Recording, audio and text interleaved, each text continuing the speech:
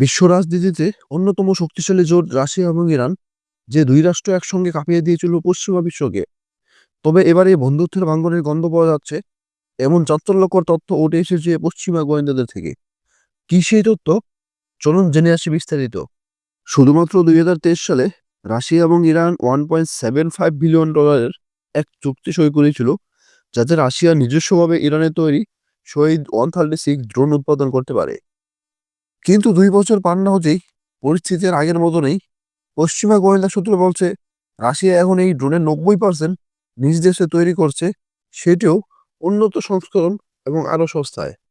Russia Ukraine যুদ্ধে রাশিয়ার অন্যতম প্রধান হাতিয়ার ছিল শহীদ 136, কিন্তু রাশিয়ার এই কারখানা স্থানীয় উৎপাদন এমন পর্যায়ে পৌঁছেছে যে ইরান কার্যত নিয়ন্ত্রণ হারিয়েছে। কারখানার সিইও নিজেই বলেছে, এটি এখন তাদের পূর্ণাঙ্গ উৎপাদন কেন্দ্র, যেখানে ইঞ্জিন থেকে শুরু করে সবকিছুই উৎপাদন হয় রাশিয়ার ভিতরে। এতে তেহরানের শুধু উৎপাদন নিয়ন্ত্রণ হারানো নয়, বরং মস্কোর উদ্দেশ্য স্পষ্ট হয়ে গেছে। পশ্চিমা এক নিরাপত্তা কর্মকর্তা সিএনএকে জানিয়েছে, রাশিয়ার মূল লক্ষ্য ছিল সম্পূর্ণ উৎপাদন চক্র আয়ত্ত করে একই সাথে তেহরানের সাথে নতুন করে চুক্তি করার প্রয়োজনীয়তা দূর করা। এমনকি 2023 সালের চুক্তিতে 2025 সালের মধ্যে 6,000 ড্রোন তৈরির কথা থাকলেও সেটি 1 বছর আগে সম্পন্ন হয়েছে।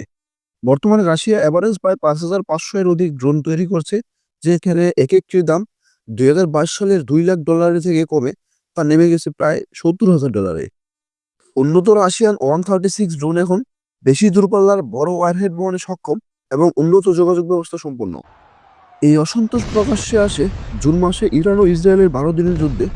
ইরান আশা করেছিল রাশিয়া শুধু নিন্দা জানানো ছাড়া অস্ত্র প্রযুক্তি বা গোয়েন্দা তথ্য দিয়ে সহযোগিতা করবে, কিন্তু বাস্তবে তা হয়নি বলে জানিয়েছে পশ্চিমা বিভিন্ন গোয়েন্দা সংস্থা।